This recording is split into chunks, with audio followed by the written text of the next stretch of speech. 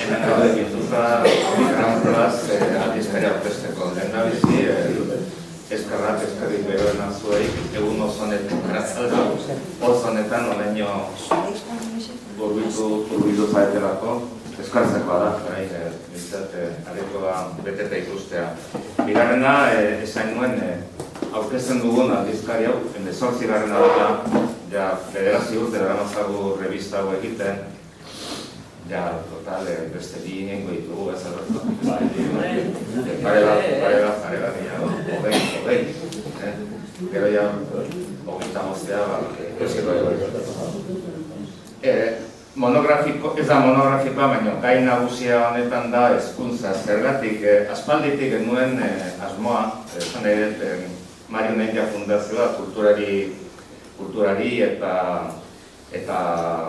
hezkuntzari eta politikari dedikatutako fundazio bat denez, ezin genuen albo bat utzi hezkuntzaren gaia. Gaia eta gai mamitsua da, esan nahi dute, gure gizarte honetan, hezkuntzaz hitz egitea da jende askori galderak eta kezkak sortzen dizkion gai bati buruz hitz egitea da.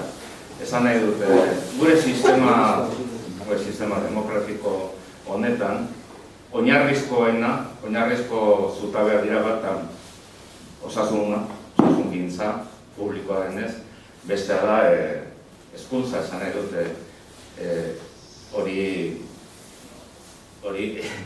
diskutitu ezina da, ez?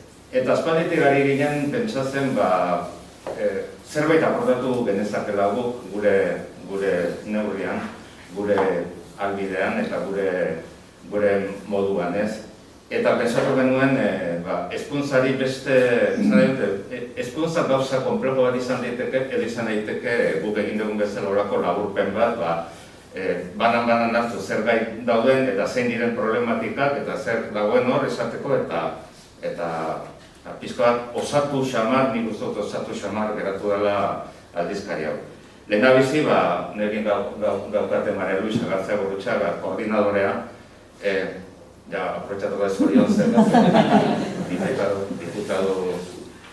diputado izango da Madrilen, gure zorionerako.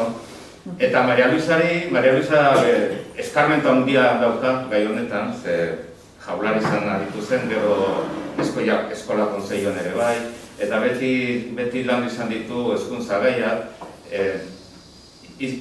hezkuntza eta hizkuntzak lotu ditu, behar filologa da ikasketaz, hobi bidez irakaslea, baina oso aritu. Eta eskatu genion nolabait egiteko lago radiografia bat hezkuntzaren arazoa zein zen, ez? Eta behar bera esan zegoen, nik honi deituko nioken, nik honi, eta nolabait osatu dugu alde asko hartuz osatu dugu aldeak, izango dizue zein diren Maria Luisa artikulu bat idatzi du, las lenguas en el sistema educativo vasco, oso garrantzitsua dana, hijos de familia emigrada, recorrido académico y procesos de inclusión social, Jesús Prieto Mendoza, que idatzi du, la dimensión europea de la educación, María Belén San Pedro Velero eta Patricia Herrero de la Clausura, la educación base del Estado hecho Ricardo Arana, nire eskuzen daukadana, eta beak ez hobeto esplikatuko digu zertan den bere artikulua. La evolución externa en el sistema educativo vasco, evolución y reto, Francisco Luna, eta gero Jim Cumisen artikulu bat ere bai, Transforming the Challenge, hori, hizkuntza eta inklusioa, inglesez jarri dugu, eta gero izupen bat gazteleraz. Eta gero, el Pacto Educativo de 2022 y el Camino hacia una nueva ley de educación vasca, Pablo García de Vicuña lagunak ere idatzitakoa. Beste bakizu revistak aldizkari honek zail bat baino bila dauzkala, hori dizen dugu norten garrantzitsuena dana, baina gero dago hor beste artikulu batzuk, iaz omendu genuen Antonio Unzalu eta ari buruzko bi artikulu badaude, eta gero literatura aldizkaria ere bada literatura aldetik jarri dugu, nezate oso importantea dana, Espunia da, Espun Riberren zati bat izulita, zera gure laguna Arrain Lope de la Calle. Gero dauzkazue erreseñak eta entrevista bat elkarrizketa doz interesante Alberto López Basagurenekin. Nik esan nuke 18 egin ditugu denak dira honak. Denak dira honak.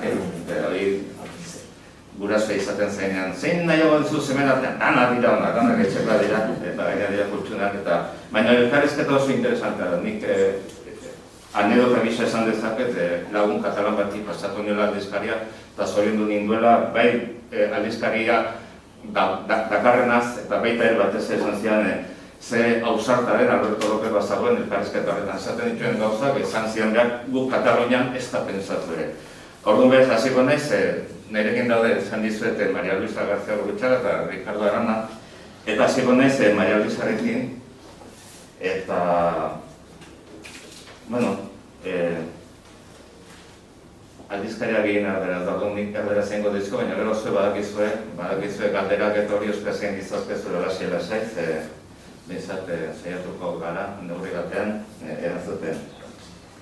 Maria Luisa, como coordinadora de este número, como especialista en temas educativos, ¿cuáles son los temas que has querido destacar y los especialistas a los que has invitado a participar? Bueno, azteko arrezan dugu guztioi, eta mila esker, Mario Naindia Fundazioari bere garaian egin zidan enkargoagatik. Erronka izan zen, baina baita ere oso polita. Olako ale bat, hezkuntza, gainera momentu honetan, denok dakigu momentu garrantzitsu batean gaudela, hau da, norabaiteko euskal hezkuntza bide gurutze batean dagoela, eta hor, lege berri baten zain, hor badaude gauzak esateko, eta. Pues quería agradecer a la Fundación Naindia por este encargo. Bueno, como ha dicho Felipe, pues yo ya llevo muchos años en educación y ya sabéis que el diablo sale más por viejo que por listo, y entonces yo en cuanto me dieron el encargo, yo ya tenía un poquito en la cabeza cuáles son los retos fundamentales que en este momento tiene el sistema educativo vasco, que no son pocos y además son complicados de resolver. Tenemos un sistema educativo dual, un sistema que se llama un sistema dual, en el que tenemos un 50% de alumnado en la educación pública y otro 50% si cogemos toda la comunidad, otro 50% en centros privados concertados con fondos públicos. Entonces es una situación que solo se da en Madrid, en Navarra un poco más y en Euskadi.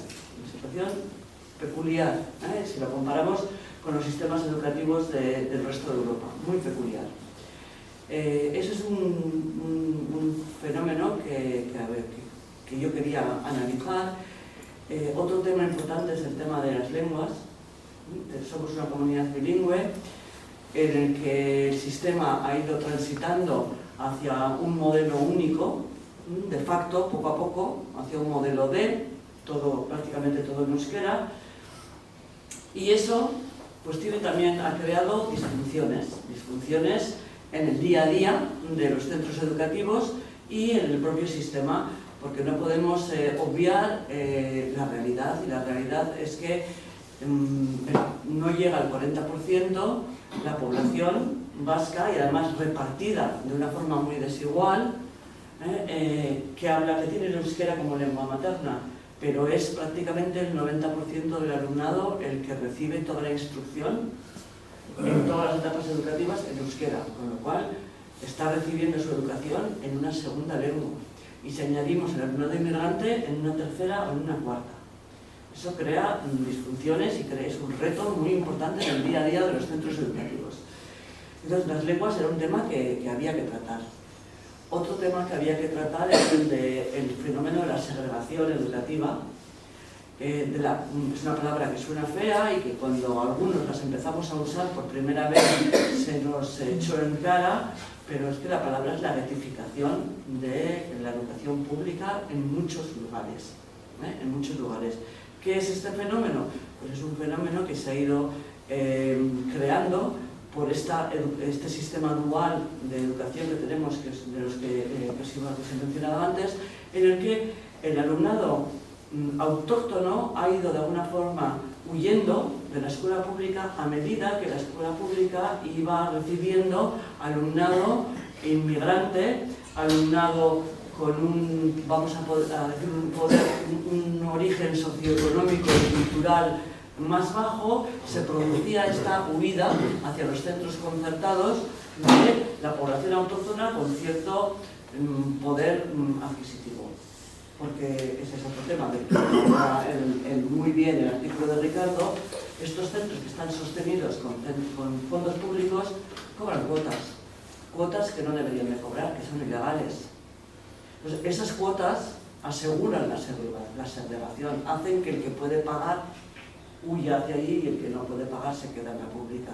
Todo eso se ha ido exacerbando en estos últimos años, de forma que hay centros educativos, sobre todo en las capitales y en algunos pueblos también, donde las escuelas públicas, los centros públicos se están convirtiendo en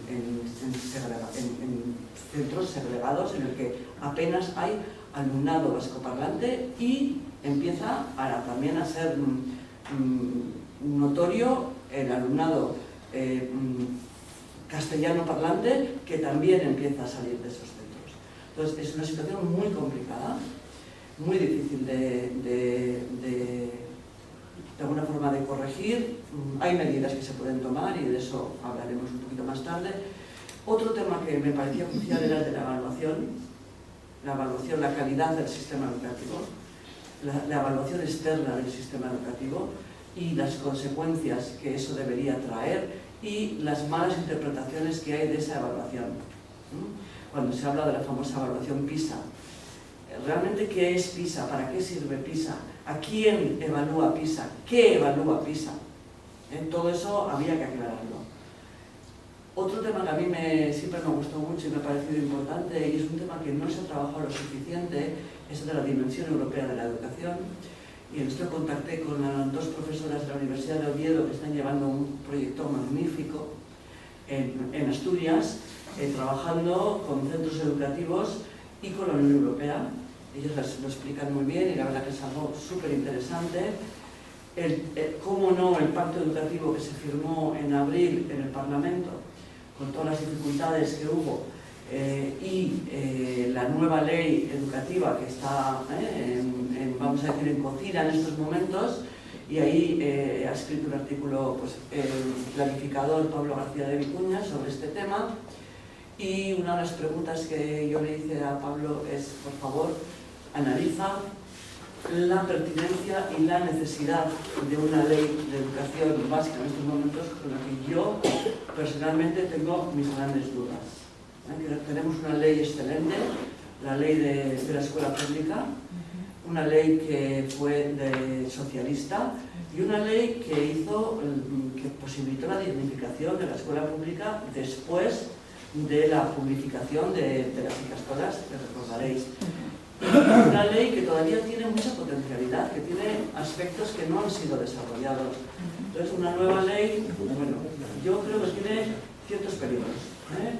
Y bueno, eso ha sido, y como colofón, que no se me olvide, los que sabéis de educación y de lenguas, sabréis que Jim Cummins es el profesor de pedagogía lingüística en la Universidad de Toronto, ha sido siempre mi gran gurú, y tuve la suerte de conocerle el año pasado en persona, que vino a unas jornadas que organizamos en el gobierno vasco, y la verdad, bueno, pues que nos quedamos con los correos electrónicos de cada uno y tal, y le pedí humildemente pues una contribución, porque estuvimos hablando de un tema que a mí también me preocupa mucho, unido a la segregación, unido a las lenguas, y es las lenguas y la inclusión. Las lenguas, si no tenemos cuidado, pueden convertirse en algo excluyente, pero tienen la potencialidad de ser algo, el multilingüismo tiene la potencialidad de ser algo inclusivo. Y Jim Cummins está llevando a cabo con una serie de centros de Dublín que tienen características parecidas a los nuestros, porque trabajan con el inglés y con el gaélico irlandés, y tienen muchísimos alumnos y alumnas de origen inmigrante, pues unos proyectos, la verdad, muy interesantes de cómo incluir esas lenguas maternas que no son ni el inglés ni el irlandés en el día a día del centro escolar. Y podría ser un ejemplo para muchos centros aquí. Y bueno, pues le pedí el artículo y enseguida me dijo que sí, he escrito un artículo magnífico que he traducido yo con otro traductor y que yo creo que aporta muchas ideas.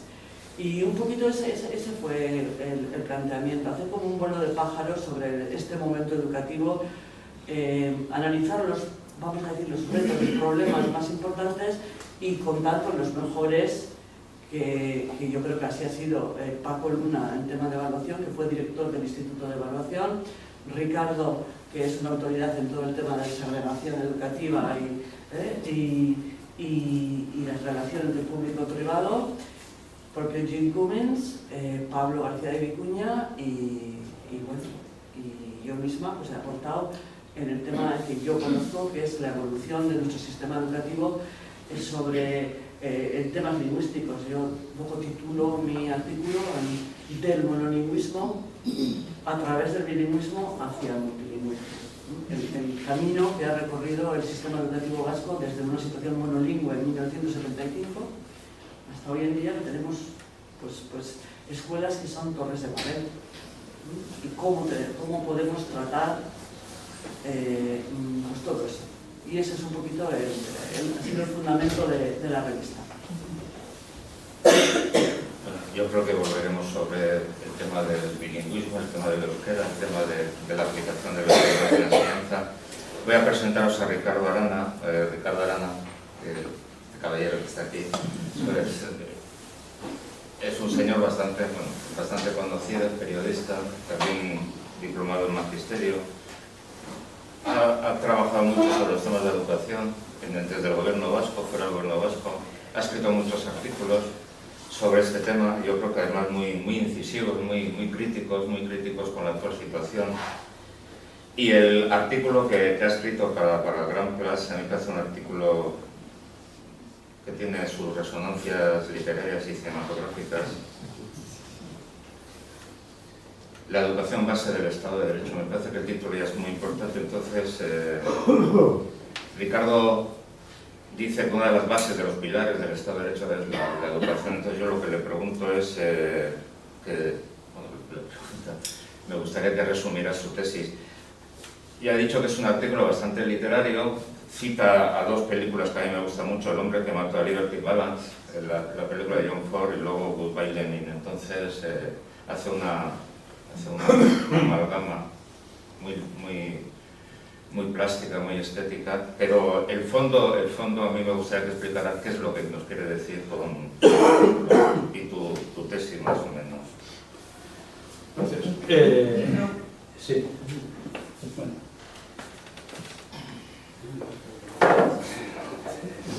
Ya acabó mucho hoy. Vamos, no, lo mejor de verdad es leerlo, porque hablando voy a ser bastante peor que lo que he escrito por seguridad, porque escribir siempre te da la opción de mirarlo, reflexionarlo, volverlo a remirar, volverlo a reescribir y pensar mucho más lo que se dice, ¿no? Hablando, pues bueno, si hay un elemento, vamos a corregir al presentado. Yo quizás he hecho todas esas cosas y hago todas esas cosas porque estoy retirado en estos momentos de la enseñanza y por lo tanto me puedo dedicar mucho más a escribir, que es lo que últimamente hago más, pero sobre todo lo que he sido es profe.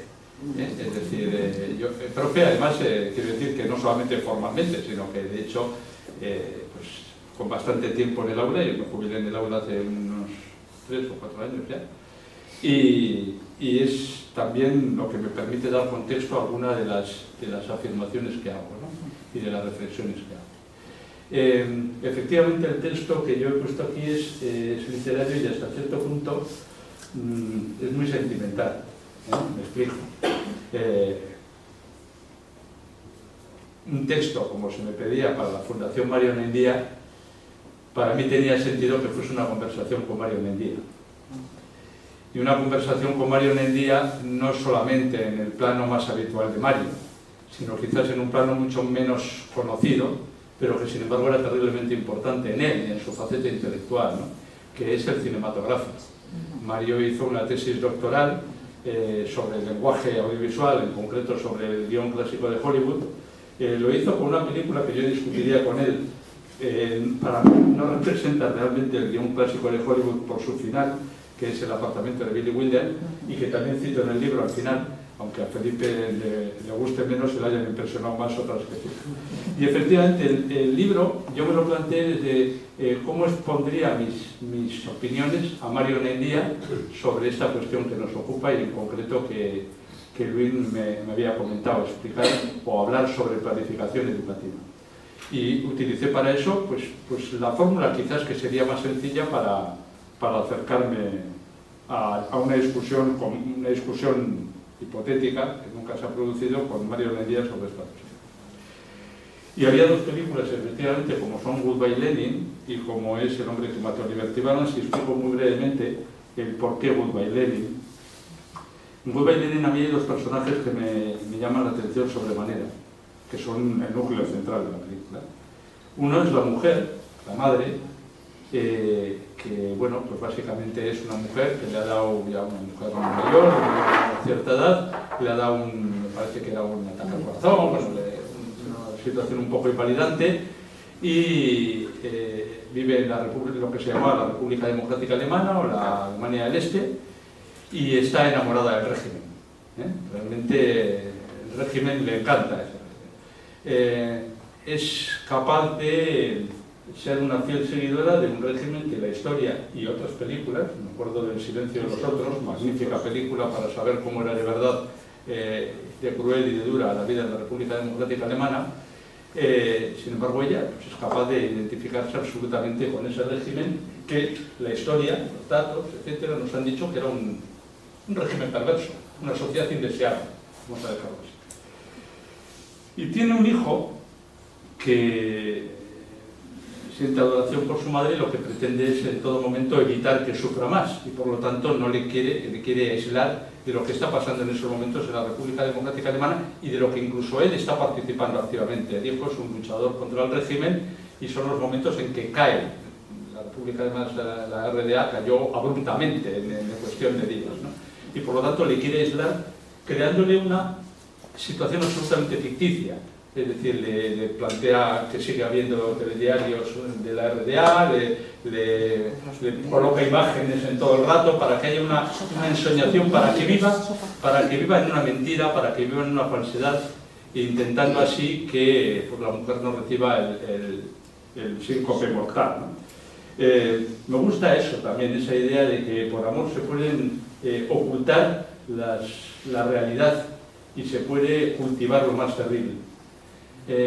Yo creo que eso tiene que ver, y es un poquito, y lo quería también poner de parábola, de lo que nos pasa en la actual situación. Yo creo que por parte de la dirección política de este país se está haciendo eso. Se nos está ocultando la realidad, a mí eso me preocupa muchísimo, y haciéndonos vivir en un mundo de fantasía, y encima en una fantasía que es perversa en sí, que si la examinamos con seriedad, y si la examinamos profundamente, es absolutamente perversa. Por eso fue la necesidad de utilizar Goodbye Lenin como argumento. Pero evidentemente la película principal que tiene el artículo, y que os recomiendo para, como veis, soy muy disperso hablando, la película principal es El hombre que mató a Liberty Balance. En la versión auténtica inglesa, en el título original, que no lo voy a decir porque mi inglés no tiene nada que ver con el de Luis, y por lo tanto sería lamentable intentarlo, es El hombre que disparó sobre Liberty Balance. Porque ese es precisamente el núcleo central de la película, que no se sabe casi hasta el último momento quién es el que realmente mató a Liberty Balance. El hombre que mató a Liberty Balance, en la edición en español, es la última, bueno, no, una de las últimas, no la última, he hecho dos, tres después, pero la última gran producción de John Ford, en la que se reacciona un poco frente a lo que le achacaban. A John Ford le decía, usted es que solamente sabe filmar películas de vaqueros, de grandes espacios abiertos, sacando las montañas rocosas, no sé. Y entonces el tío, que era un cachondo, dice, pues no. Y hizo una película que es prácticamente rodada en interiores, en blanco y negro, pese a que las técnicas en color ya estaban. Es decir, lo que hizo es, no, os voy a contar otra cosa para que veáis que sé contar historias y además os voy a contar una historia importante. ¿Qué es lo que cuenta El hombre que mató a Liberty Balance? No cuenta ni más ni menos que el nacimiento de un Estado democrático moderno.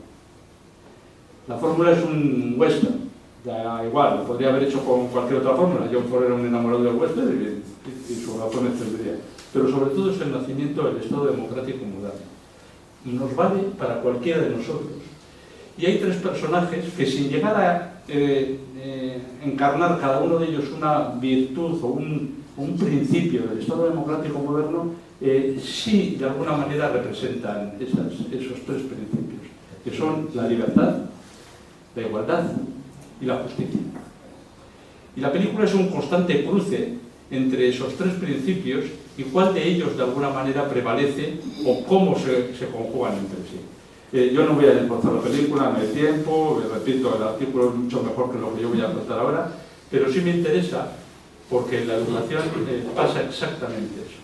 La educación es el campo donde se cruzan derechos básicos de la ciudadanía y de una sociedad moderna. Y he elegido en la escena, sobre todo, una escena que es absolutamente imposible. John Ford era bastante riguroso en sus planteamientos. Cuando contaba una escena del oeste, había bastantes elementos de verosimilitud o de acercamiento a la realidad. La escena de la escuela es absolutamente irreal. Si alguien ha visto El hombre que mató a Liberty Balance, hay un momento en que hace una escuela, o sea, una escena que transcurre en una escuela, y es absolutamente imposible esa escuela. ¿Por qué? Porque mete en la escuela a toda la sociedad norteamericana. Es decir, a todos, incluidos los excluidos.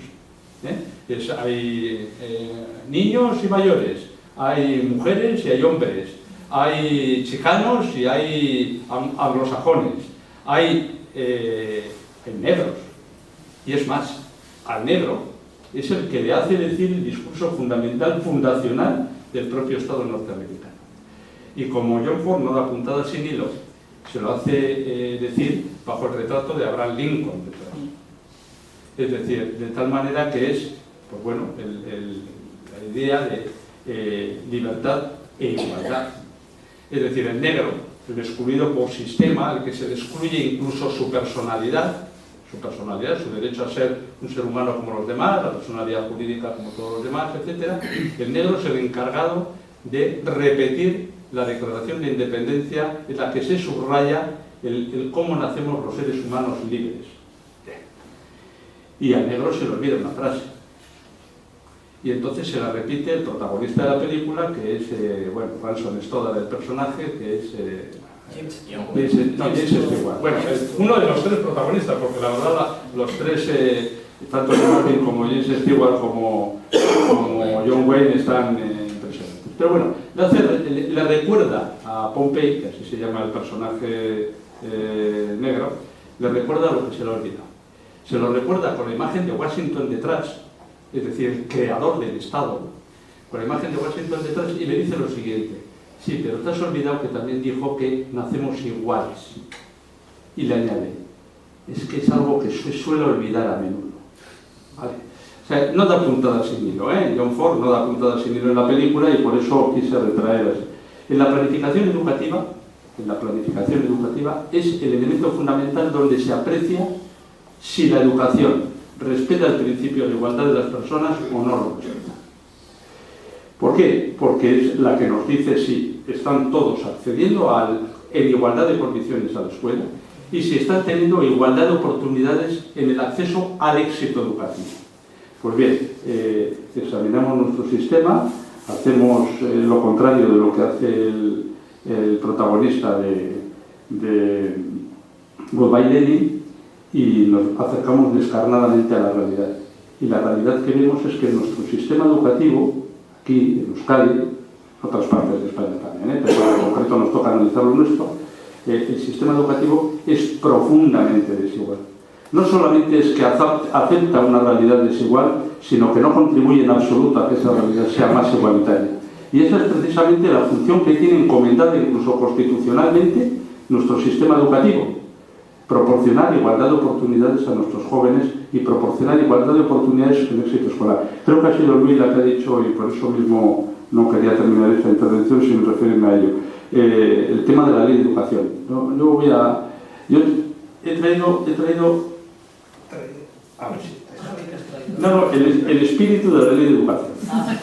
El espíritu de la ley de educación que está impulsando el Partido Nacionalista Vasco con el acuerdo con EH Bildu y el acuerdo implícito con el Partido Socialista es este, el de la goma de borrar. Es el de borrar lo que ha habido hasta ahora. Yo por eso lo había traído. Este es el espíritu de la ley de educación. Y en concreto borrar una de las cosas que puso en la Ley de Escuela Pública Vasca Fernando Buesa. No sé si era el artículo 11, está por ahí Manolo, que igual hasta se acuerda de él, pero era básicamente el derecho de todo alumno a obtener éxito educativo. Nosotros tenemos diseñado un sistema en el cual eso no existe. Y si vais a los anteproyectos, que ya empieza a haber varios de la Ley de Educación, veréis que la palabra éxito prácticamente ni aparece. El éxito escolar no es algo que persiga hoy la política educativa de este país. Y mucho menos que ese éxito escolar alcance al conjunto del alumnado. Me he extendido demasiado, Felipe. Córtame cuando quieras. Muchas gracias, Ricardo.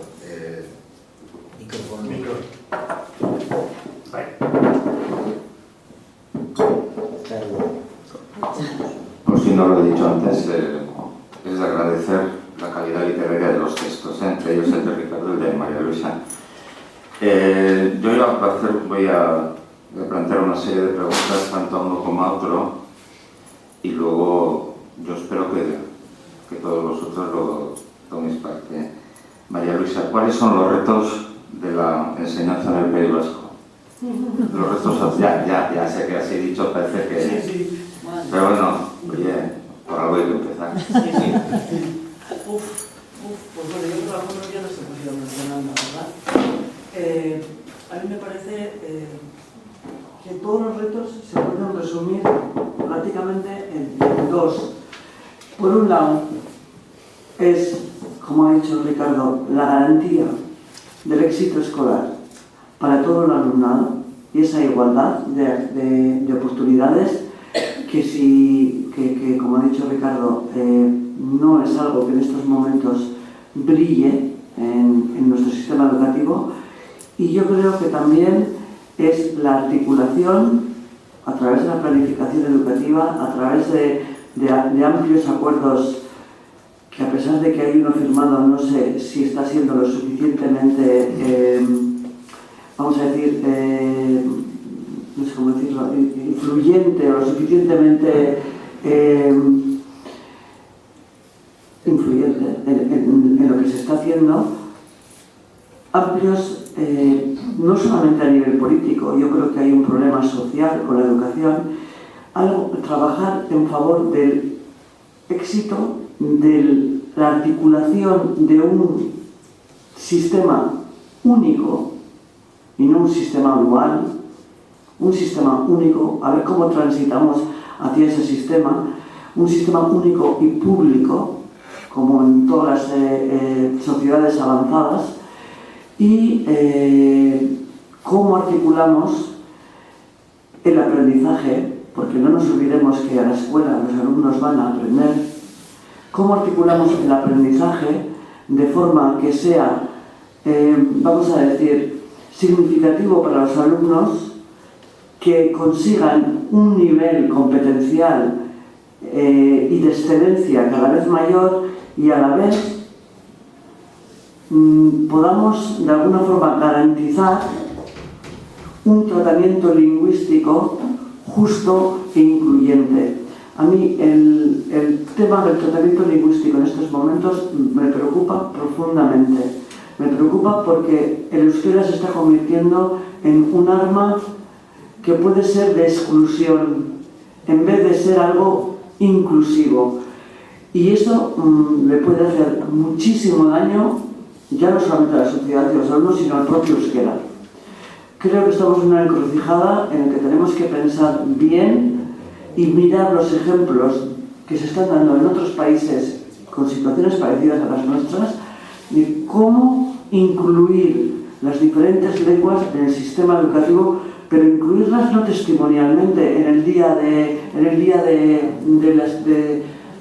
pues no sé, de alguna forma el centro festeja la inclusión y organizan cuscús y bailes. No, eso lo explica muy bien Jesús en su artículo, sino cómo utilizamos las lenguas, todas, para lo que realmente son, que son vehículos de comunicación y vehículos de aprendizaje, y en el contexto escolar son vehículos de aprendizaje.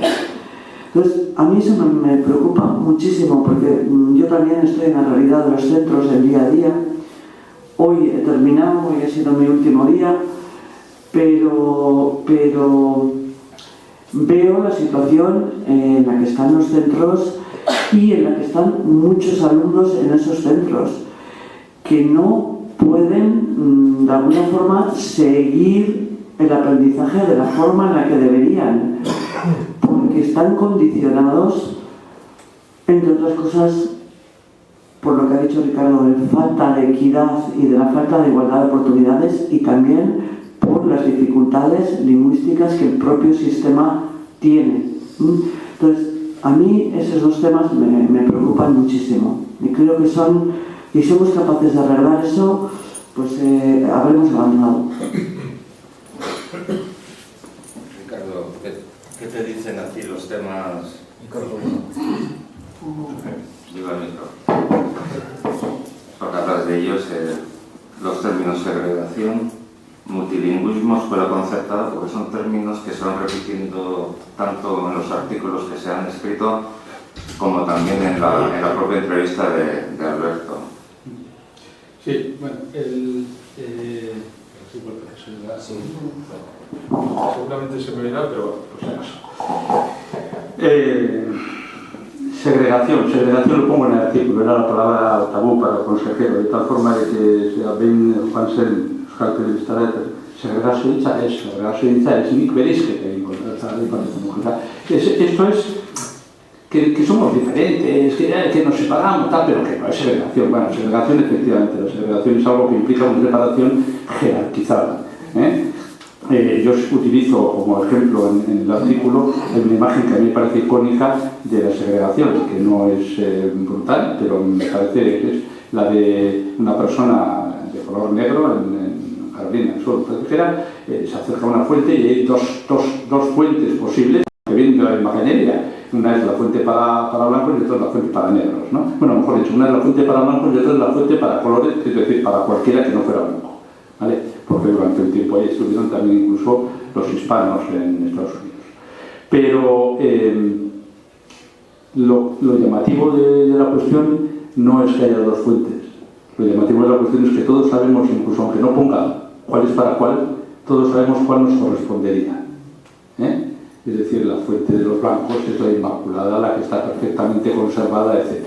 Eso es la segregación. La segregación no es una separación tal cual. La segregación es una separación jerarquizada, una separación organizada por el cual una parte de la sociedad, digamos de alguna manera, mantiene una situación, un estatus diferente y superior al de la otra. Entre el público está, porque lo he visto antes, no sé si estará escondido, está Sabin Zubiri. Sabin Zubiri fue la persona que estuvo en el Parlamento hace no sé cuántos años, ya 6 años o cuántos años son, Sabin, que estuviste en el Parlamento. Hace 4 años. Hace 4 años estuvo en el Parlamento llevando una iniciativa legislativa popular precisamente contra la segregación escolar. Era una iniciativa de un puñado de personas, Sabin lo sabe perfectamente que no eran muchos, pero que consiguió el apoyo suficiente, que en aquella época era más grande que el de ahora, para llevar el debate al Parlamento. El debate consiguieron llevarlo al Parlamento y ahí se cerró, porque no se pudo continuar. La oposición cerrada del PNV con la ayuda del Partido Popular y la espantada última hora del Partido Socialista, pues frustró aquel debate. Yo, a pesar de todo, soy de los que creo que quedó. Y si hoy estamos hablando de segregación, es porque hay un puñado de personas que lo tuvieron desde hace 4 años, lo intentaron llevar a la mesa. Y también porque nuestros resultados, aunque se han querido obviar, lo indican. Mira, fijaos una cuestión, voy a intentar ser lo más breve posible, Felipe, pero me cortas. ¿Qué es lo que distingue a nuestro sistema educativo? A nuestro sistema educativo le distinguen 3 cosas. Bueno, el sistema educativo, no sé por qué llamarlo, el sistema escolar, quizás tendría que llamar en Euskadi, le distinguen 3 cosas. 3. Las 3 empiezan por ahí. La cantidad de euros que tiene. somos los que más financiamos a la educación con diferencia de España. De todas las comunidades españolas somos los que más financiamos a la educación, pero con diferencia, ¿eh? De tal forma de que incluso nuestros niveles se parecen a de las sociedades más avanzadas de Europa en cuanto a financiación. Somos los que más financiamos y los que más tenemos educación concertada, es decir, los que más financiamos la elección de centro. Somos los que más dinero ponemos para que la gente escoja un centro u otro. Como decimos incluso en el artículo, para que huya de algunos centros y vaya a otros. Y somos, como ha dicho Luis también, los que ponemos el euskera como eje o piedra angular, o como llamámoslo como quiera, ponemos en el centro de toda la actividad educativa. Supuestamente eso nos tiene que dar centros excelentes, centros equitativos, también estoy todo con ES, y centros eficientes. Nosotros no tenemos centros eficientes. La compensación de lo que gastamos por lo que tenemos, ¿no? O sea, tenemos unos resultados que, con perdón, se parecen mucho a los de comunidades con muchísimo menos gasto. Nosotros no tenemos centros excelentes y nosotros no tenemos centros equitativos. ¿Y por qué digo yo que no hay centros equitativos? Podría polemizar incluso con algunos de los artículos que hay aquí, y no quiero entrar demasiado en polémicas porque no estamos todos, pero sí voy a decir una cuestión sobre cómo veo yo la equidad, que habrá seguramente diferencia de opiniones. Alguien ve la equidad, con los chavales trabajamos de esta manera, que es igualdad y que es equidad. Ponemos un ejemplo de tres chavales, tres chavalas con altura diferente y un arbolito con manzanas. El más alto llega perfectamente al arbolito a coger las manzanas, el segundo llega malamente pero pilla, y el tercero, como es bajito, pues no pilla, ¿vale? Entonces decimos, bueno, esto sí, están en igualdad de oportunidades para coger las manzanas, pero esto no es equitativo. ¿Cómo resolvemos eso? Y se lo decimos, se lo explicamos a los chavales. ¿Cómo hacemos una situación equitativa? Pues le subimos al pequeñito, le ponemos un cajoncito, un esto para que se suba, tenga la altura suficiente y pille también manzana, ¿vale? Tenemos a los tres pillando manzana. Eso es una situación equitativa.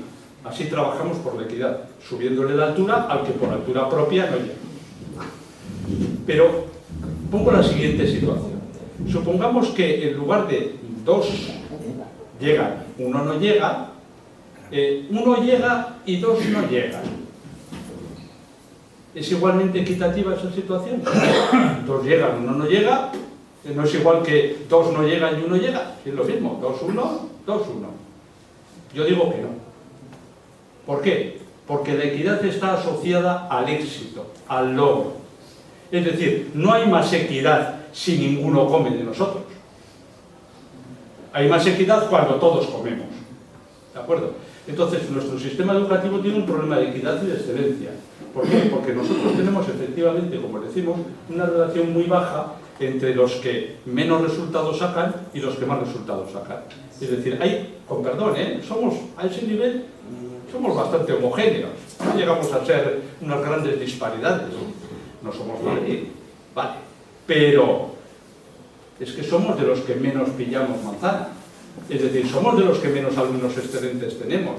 Por lo tanto, nuestra supuesta equidad es más bien mediocridad. Es decir, nosotros tenemos un montón, pero un auténtico montón de chavales en los niveles iniciales de las competencias que están kill y colo y que si les soplamos un poco fuerte no alcanzan la competencia. Y ese es el problema que tenemos. No solamente que no alcancen muchos el grado de excelencia, es que estamos ahí comprimidos en ese espacio. Yo no quiero ampliar el espacio. Yo lo que quiero es que haya tres pillando manzanas. Y ese es el problema que tenemos en Euskadi en educación, que pillamos pocas manzanas.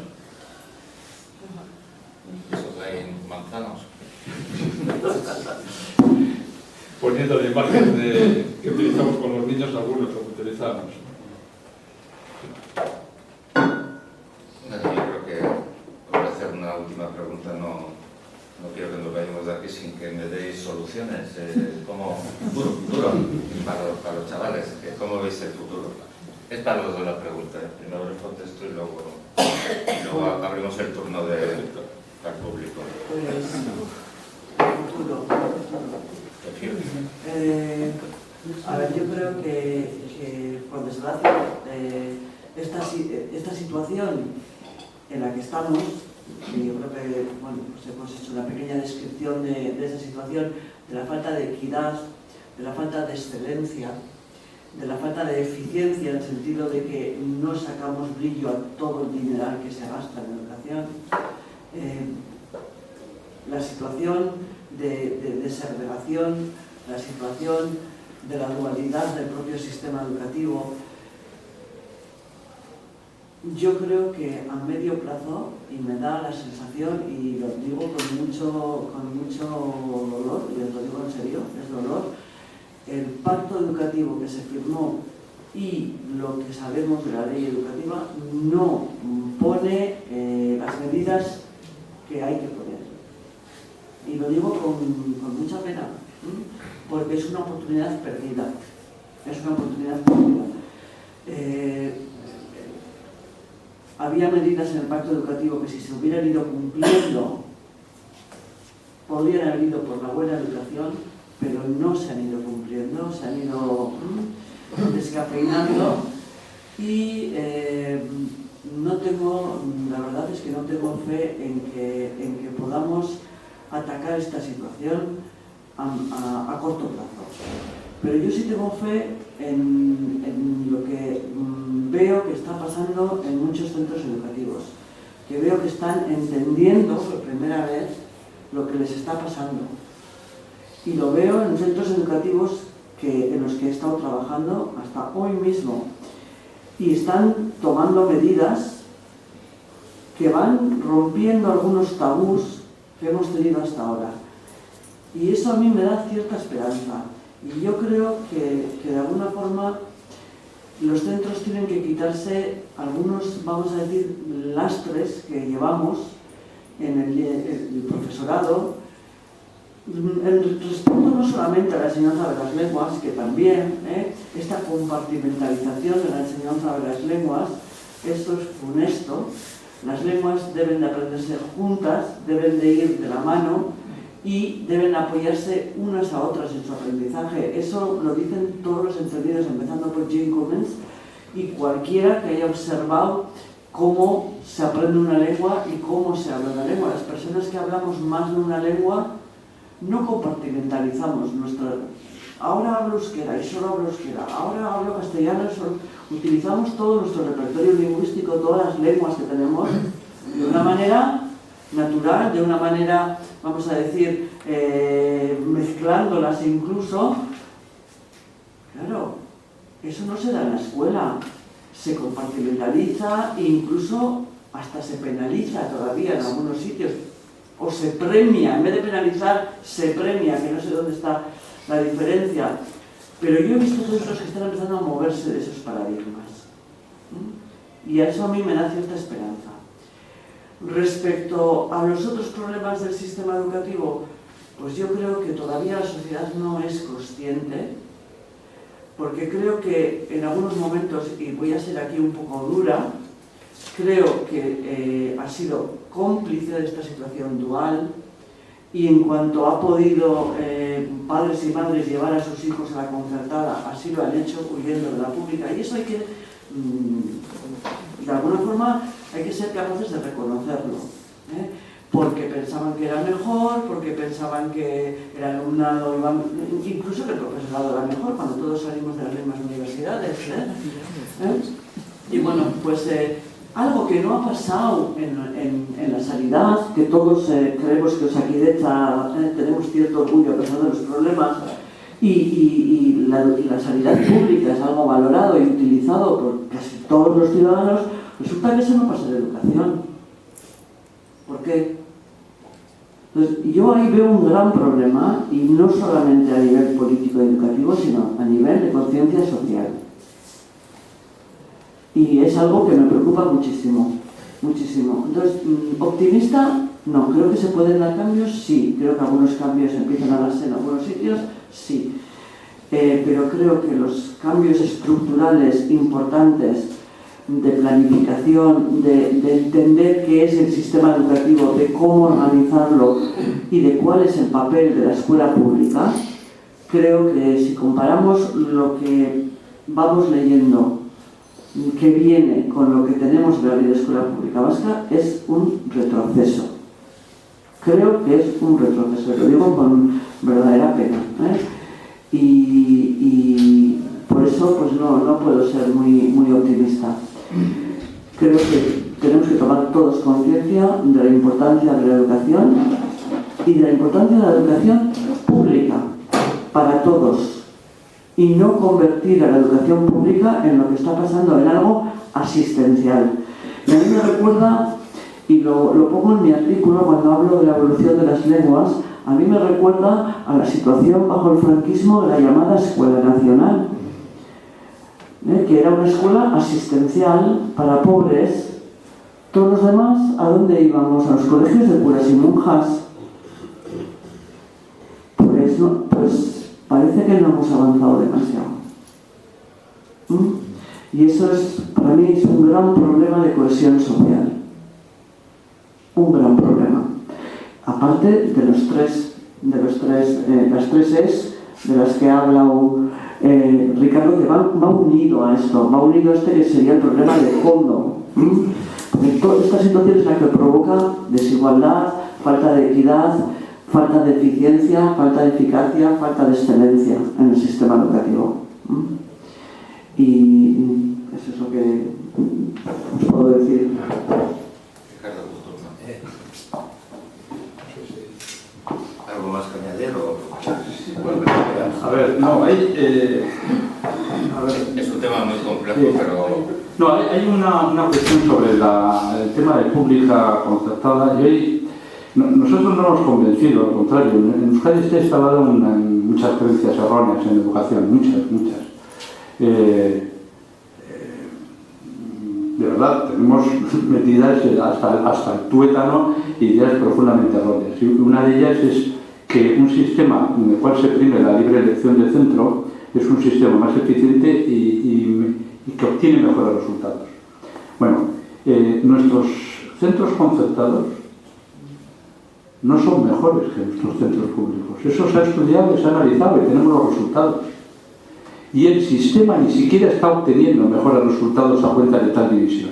Como os decía antes, no tenemos grandes niveles de excelencia, y eso que tenemos el mayor nivel de división de todas partes. Ahora, sí me preocupa el que la falta de dirección política en este país, en un sentido inclusivo, es decir, lo contrario de las épocas de Recalde, de Buesa o de Isabel Cela, efectivamente, la falta de liderazgo en ese sentido hace que sigamos ahondando y pagando lo que es erróneo. Que es una cuestión que yo creo que se puede hacer, porque tú, Felipe, querías que fuésemos un poco propositivos, me parece, ¿no? Hace frío. No se ponga, pues una cosa que se puede hacer es cambiar de filosofía y pagar por hacer, no por prometer que se va a hacer. Yo creo que ese es el cambio trascendental en la financiación del sistema educativo que se debiera promover. Pagar por lo que realmente se hace, no por lo que se promete que se va a hacer. Llevamos desde el 87, si no me equivoco, con norma propia en el País Vasco sobre el reglamento de conciertos educativos. Supuestamente vamos a dar dinero para un montón de cosas que luego no se practican. Pues no, hay que pagar a los que sí las practican. Que no todos son solo centros públicos.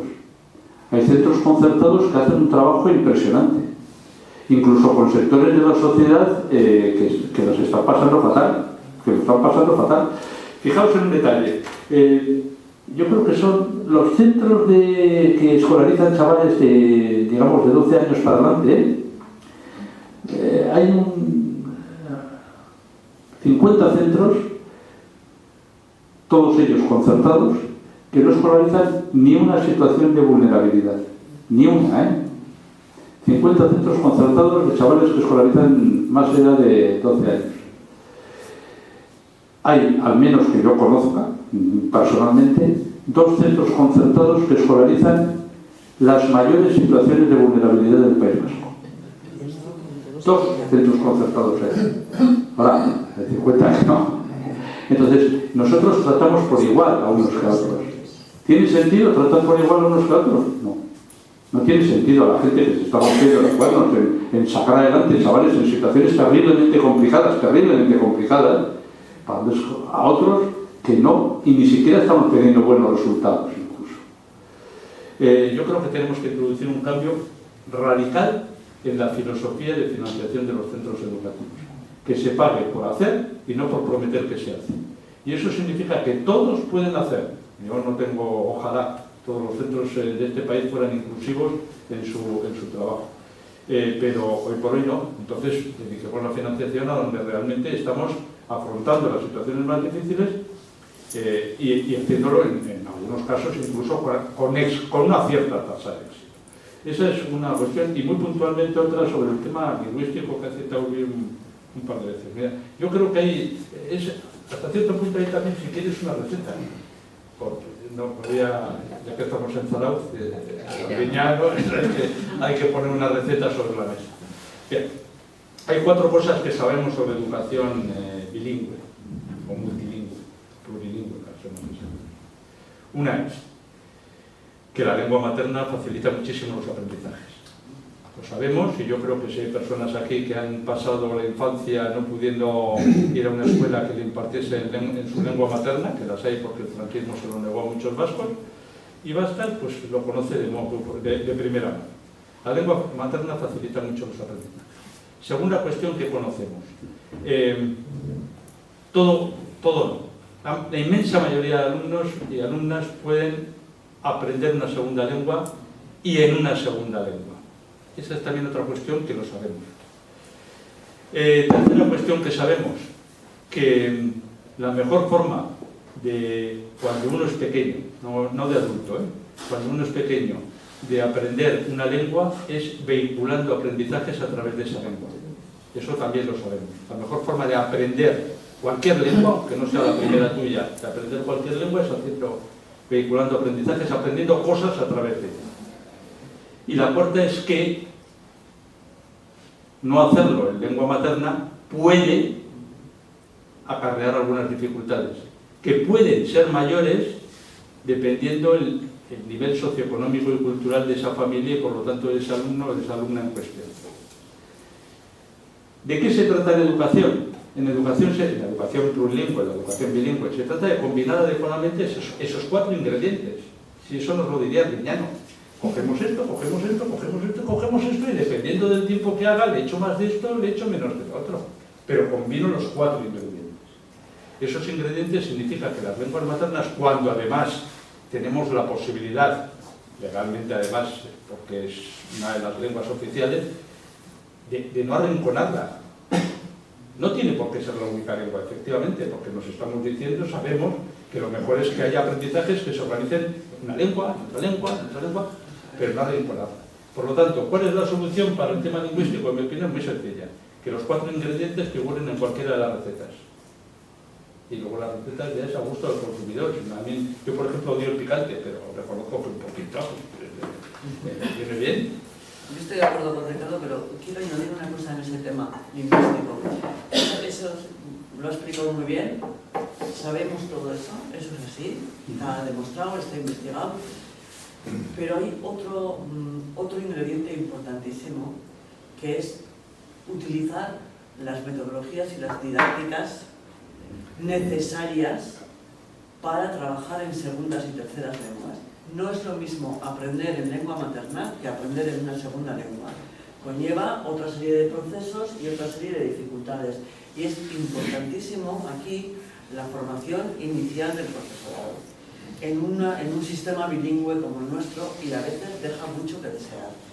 Y cuando se producen dificultades, se producen por estas 2 razones. Una, la que tú has dicho, cuando hay un alumnado de un nivel socioeconómico menor puede presentar esas dificultades, y también se presentan dificultades cuando el sistema en sí no es consciente de que no está utilizando las didácticas necesarias y se está impartiendo, por ejemplo, biología en euskera a alumnado que no, a mucho alumnado, vamos a poner un grupo de alumnos en los cuales 20 alumnos en los que aquí 10 son euskaldunes, 5 tienen como lengua materna el castellano y otros 5 otras lenguas maternas, se les está enseñando la asignatura como si todos supieran euskera.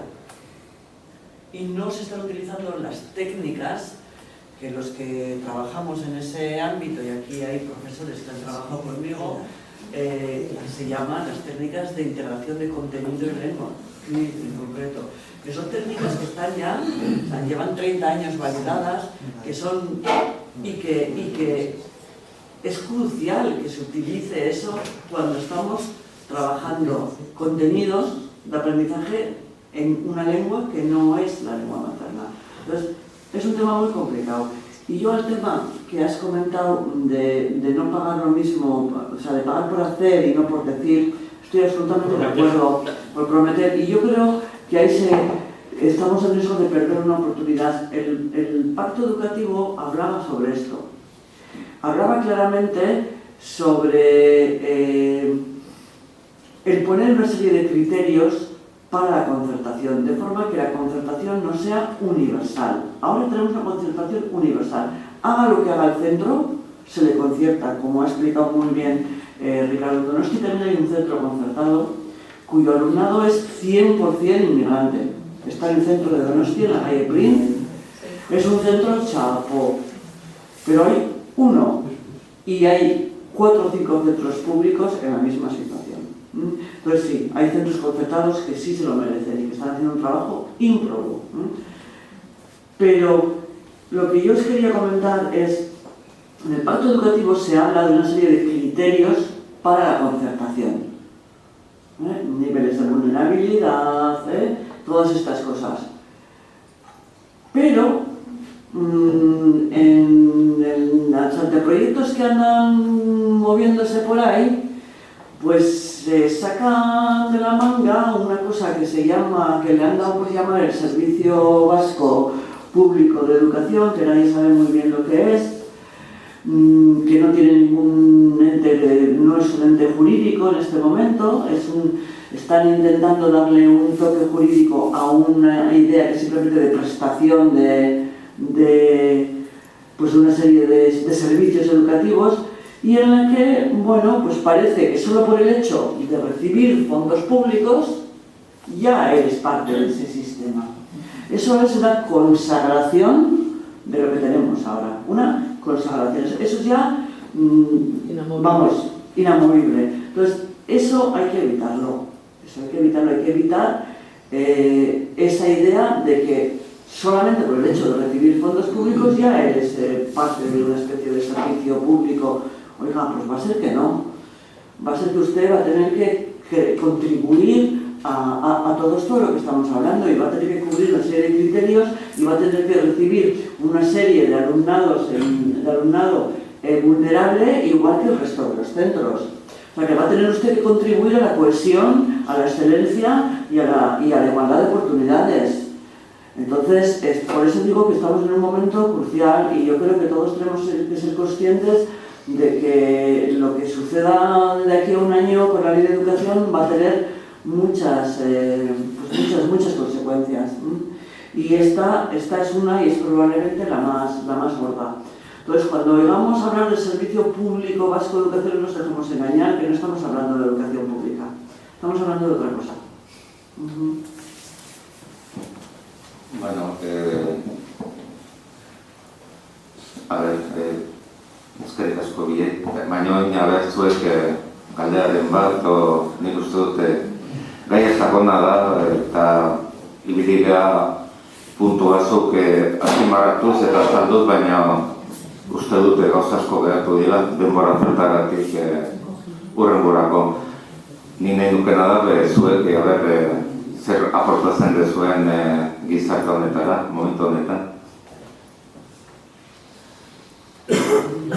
La evaluación está, he leído el artículo que has escrito y en el cual pues aparece que la valoración que se da al sistema educativo vasco es pues bastante chapucera, que ha perdido bastante calidad, según los estudios estos externos que se hacen de la calidad educativa. Que no sé cómo se llaman, porque me cogen de la... Hay dos evaluaciones. Entonces, a mí me parece que eso requiere una explicación y que no lo comprendo. No lo comprendo, es decir, si realmente es una verdadera prioridad económica el financiar la educación, ¿cómo es posible que cuando se decía, al principio de tu artículo creo que mencionas que se refería a Euskadi como la Finlandia del Sur, como si fuese ya el no a más de la calidad educativa? Y si resulta que luego a los 2 años, o al muy poco tiempo, el baremo que alcanzaba la educación era, pues vamos, de 3 al 4, muy mal. Entonces, ¿cómo es posible? ¿Qué razón hay para eso? Para los que somos legos en el asunto, que no somos profesionales de la enseñanza, ¿qué explicación tiene eso? A cualquiera de los dos. Mira, yo te voy a decir una cosa, y es, ha habido aquí muchas falsedades, como ha dicho Ricardo. Euskadi nunca ha sido la Finlandia del Sur. Nunca hemos estado ni cerca de los resultados de Finlandia. Eso se decía en 2016. Se decía. En una revista oficial. Sí, y era lo que muchos querían creer, ¿verdad? Nunca ha sido la Finlandia del Sur. Pues entonces, pero sí es verdad que los resultados han ido empeorando. Eso es así. Han ido empeorando. Pues por todas estas razones de las que hemos estado hablando. Vamos a decir, por la falta de equidad, por la falta de excelencia, porque como ha explicado Ricardo muy bien lo de las manzanas, tenemos un sistema que no se apoya en la igualdad de oportunidades, que dejamos a veces que los alumnos se nos vayan como escapando, escurriendo, parece que se nos olvidan, nos centramos mucho en los que van bien y parece que los otros no terminamos de recogerlos. Entonces, claro, tenemos muchos alumnos, en esas evaluaciones de las que tú hablas hay 3 niveles. El nivel inicial, nivel medio y nivel excelente. Tenemos muchos alumnos en el nivel inicial, muchísimos en los niveles medios y muy pocos en los niveles altos. Ese es el problema del sistema. Ese es el verdadero problema del sistema, que es una medianía, vamos a decir. De todas formas, perdona, yo quería contestar tú querías una respuesta, yo quería dar solamente una. ¿Sabes por qué nuestros resultados empeoran? Hay una respuesta, la más importante, porque no queremos afrontar nuestros problemas. En el 2016 salieron los primeros informes que daban ya una mala nota a nuestros resultados. Lo que hicimos en el 2016 fue ocultar ese informe. En el 2018 seguimos cosechando malas notas en los resultados y lo que hicimos fue ocultar ese informe. En el 2019 volvimos a obtener malas notas y seguimos ocultando esos informes. Esos informes solamente han salido a partir del 2021, ni siquiera en 2021 todos, y por la presión ya que se estaba generando. Cuando tú no quieres hacer frente a un problema, nunca obtendrás una solución. Nunca obtendrás una solución porque no la persigues. Esa es la razón de fondo. Si somos capaces de hacer frente a nuestros problemas, tenemos una opción de tener una solución. Si no somos capaces de hacerlos frente, es imposible, literalmente imposible. Porque estamos en el planteamiento de Goodbye Lenin. Ahí estamos, en la ensoñación. Si no salimos de la ensoñación, no vamos a poder abordarlo. La ensoñación de la Finlandia del Sur, esa es la ensoñación. Manolo, creo que tienes una pregunta. Sí. Señor Manolo Huertas. Pienso que, quiero empezar diciendo que me parece que ha sido una excelente idea el haber sacado este tema educativo en la revista de la Fundación María Mandía, y que esto es lo que ha dado lugar al debate que estamos teniendo, y que tenemos que felicitar también a los ponentes porque tienen muy claras las ideas. Lo que pasa es que no sé si esas ideas que vosotros estáis exponiendo y que yo comparto en su totalidad forman parte de la cultura, digamos, de este país, y están instaladas de tal manera que se puedan llevar a la práctica, que es en definitiva lo que queremos, más allá de la teoría, si no se lleva a la práctica. Pues, estamos ahora en un momento de transición, que supongo que habrá sido el motivo, entre la ley actual vigente del 92, que tuve el honor de iniciar y de terminar porque ya estaba en el Parlamento cuando se aprobó, y la nueva ley que no termina de definirse exactamente qué objetivos persigue. Lo habéis explicado perfectamente y yo no voy a entrar en más detalle, ¿no? Pero si la educación es la base del Estado, del Estado de Derecho, si la educación forma parte implícita también de los fundamentos del estado de bienestar, si cumple una función de carácter social y de paliar desigualdades de origen o de carácter social, ¿no? Tendríamos que ponerle mucho más el acento en que este tipo de debates pues, proliferasen más y estuvieran más en el ámbito de la educación y en la educación como participación de los profesores, participación de los alumnos y de los padres.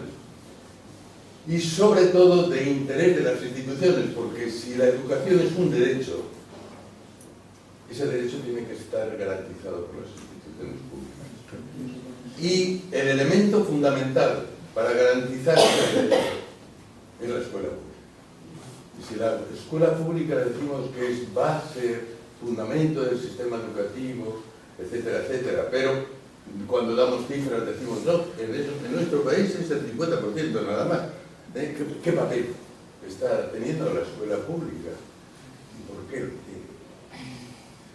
Estamos en un país, en una comunidad donde no solo se financia a través del concierto los periodos obligatorios de la enseñanza, sino que se extiende y cuyo control de las condiciones que exige ese concierto tiene nulo seguimiento.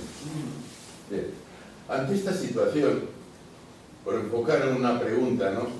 Yo creo que hay un problema que es ese, la distribución, la mala distribución de los fondos públicos en el sistema educativo. Y independientemente de que yo haya estado siempre en contra, y lo digo hoy aquí en público, ¿no?, del sistema de concertación, no del de subvención, porque hay, como habéis dicho vosotros, centros que cumplen funciones de carácter social. Pero que esto sea extensivo a toda, universal, a toda la enseñanza, sea de élite o de tal, cuando hay una segregación manifiesta, y esa segregación es económica, claro, hay unas contradicciones claras y manifiestas, ¿no? Entonces, ante esa deriva, pregunto, en fin, para hacer esa escuela pública donde la base, el fundamento, el elemento conductor de la educación y paliar las desigualdades sociales sea la escuela pública, ¿qué hay que hacer en nuestro sistema educativo para reconducirlo por lo menos en esa dirección? Porque si no se hace, y ante la situación que estamos sufriendo de crisis, que aumentan las desigualdades sociales, la escuela pública se va a transformar en un gueto. Sí, eso es lo que ya está sucediendo. Yo creo que la solución, una de las soluciones, es la que apuntaba Ricardo, de lo que hemos estado hablando, de realmente financiar lo que se hace, los servicios que se puedan dar, y siempre que esos servicios sean, vamos a decir, inclusivos, incluyentes, que garanticen la igualdad de oportunidades, que sean abiertos a todo el alumnado, con lo cual una de las primeras cosas que hay que hacer es terminar con las cuotas, porque las cuotas son la base de la segregación. Lo son, no es un tema menor, el tema de las cuotas. yo creo que habría también que regular por ley, que la nueva ley debería de contemplar lo que dice la propia LOMLOE, la nueva ley de educación a nivel estatal, y es que hay que, las administraciones tienen que ir haciendo planes para ir aumentando la presencia de la educación pública en unos determinados años en una serie de porcentajes. Esto es, que la concertación no puede ser universal. Aquí concertamos no solamente la primaria y la secundaria obligatoria, concertamos todos los bachilleratos, todos los bachilleratos. Concertamos también la etapa preescolar a partir de los 3 años y ahora a partir de los 2. Que eso ya viene, a partir de los 2. Eso es una bomba en la línea de flotación de los centros públicos. Se sostenían mucho con la oferta que hacían con los 2 años y las concertadas la cobraban y la pública era gratis, y ahora va a ser pública la concertada. La concertación tiene que pasar por controles, por criterios claros de concertación, donde están las necesidades de concertar, y hay que hacer un esfuerzo en la creación de más centros públicos. En Guipúzcoa tenemos varios municipios donde no hay una escuela pública, varios, más de uno. Usurbil, Lazcao, ahora que recuerdo alguno más hay. No hay escuela pública. ¿Qué hay? Una en Castola. Ya, pero Contratada. yo creo que la demografía se va a imponer. Es decir, que las tasas de natalidad son las que están siendo, con lo cual las concertadas se van a ver obligadas a admitir un alumnado que jamás hubieran podido pensar que tenían que admitir. Vistas las tasas de natalidad como van. Visto, sí, pero ahora mismo las tasas de natalidad están dando que la población inmigrante está teniendo muchos más hijos que nuestros hijos. Entonces, las concertadas no les va a quedar otra solución si quieren sobrevivir que aceptar a lo que venga. De hecho, ya se está notando en algunas publicidades que se están haciendo de Castolas, por ejemplo, Sí. se está notando que estamos dispuestos, o sea, somos abiertos, somos tal, somos cual. Entonces, están haciendo incluso llamamientos a población inmigrante. Yo creo que la realidad se va a imponer y que de aquí a unos años, o sea, por mucho que hagamos unos planteamientos inclusivos y demás, yo creo que ese es el futuro, si quieres sobrevivir. Yo tengo mis dudas, puede pasar, pero tengo mis dudas. Eso es un tema de planificación educativa. Eso no pasa porque sí, aunque baje la natalidad. El refuerzo de la educación pública, la matriculación, el reparto de alumnados, eso tiene que ser objeto de planificación. Sí, sí, de acuerdo en eso. Estudiada y bien pensada. De acuerdo en eso. Sí, sí, Xavier. Sí, no, en la línea de eso que estabas diciendo, la fuerza de la demografía, yo tengo mucha preocupación con esto, porque creo que muchos debates educativos nos planteamos a unos ritmos que la demografía puede arramplar con todo el mapa de lo que está de la situación actual del sistema educativo vasco, ¿no? Y claro, dices el fenómeno del 30% de alumnado de los pequeños que son familias migrantes, pero es que está el 30% de bajón demográfico. Claro. Yo esa es la aportación que quería hacer. Creo que la política, la planificación educativa es totalmente darwinista. Yo creo que por la que opta por educación, como el ejemplo de Zarauz. En Zarauz mantienen 250 plazas escolares, creo que 70 y pico en la escuela pública y el resto en visitas concertadas, para 150 niños. Eso es una opción muy clara. Hay Es una decir, sobreoferta es una sobreoferta. Hay 200 metros. terrible. Igual hay, con 4 colegios te pierdes, ¿no? En Orio hay 50 niños y han concertado 375 plazas, por lo cual sobran allí muchísimo. Todos los niños caben en el Castola, caben si quieres en el Castola, o sea que podrían dejar, como habrá migrantes, pues no irán todos a la Castola, pero entonces me parece que la opción que se ha tomado es totalmente darwinista, es decir, bueno, pues aquí hay 250 plazas concertadas y 150 niños, pues que las familias y las escuelas se busquen la vida. Por eso decía que la importancia de la buena planificación a favor de la pública.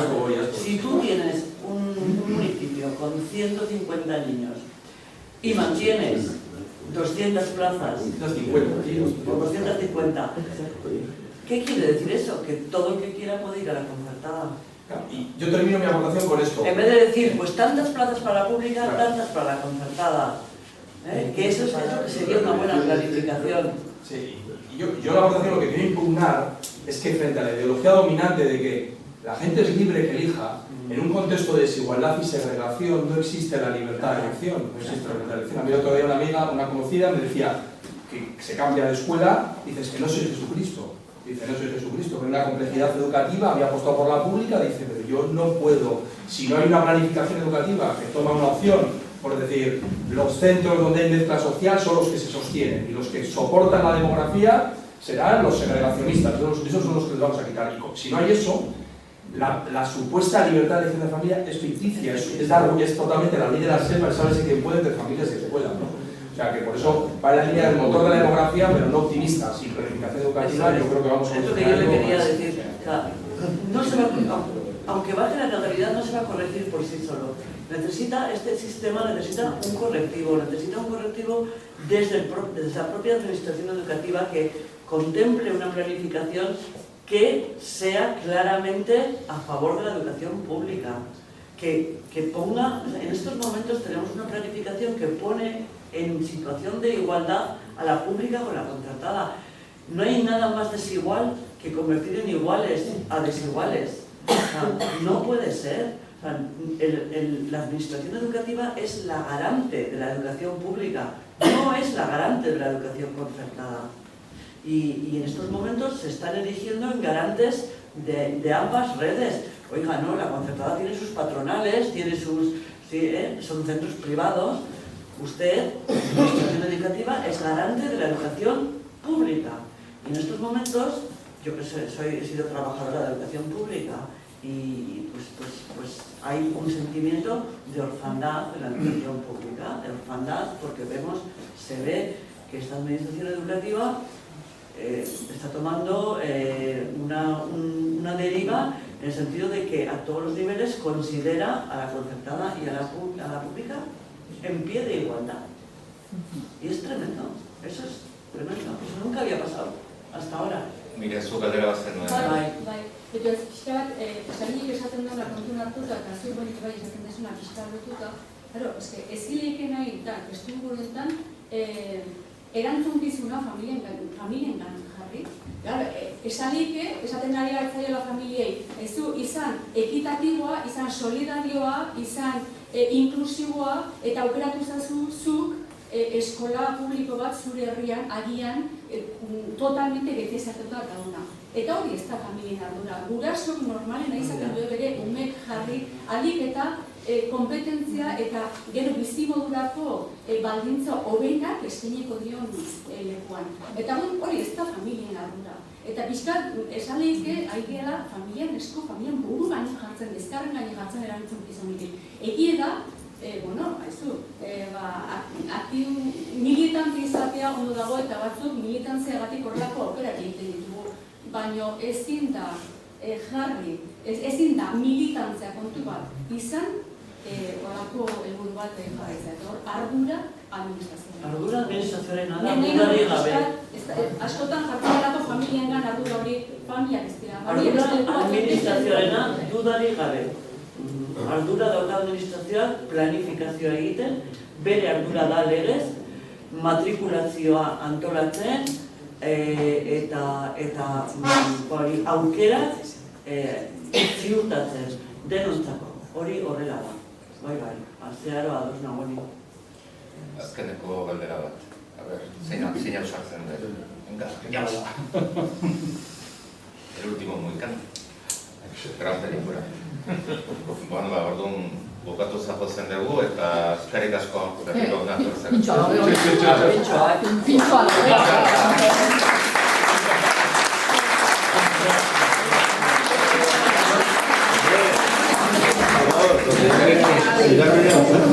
da.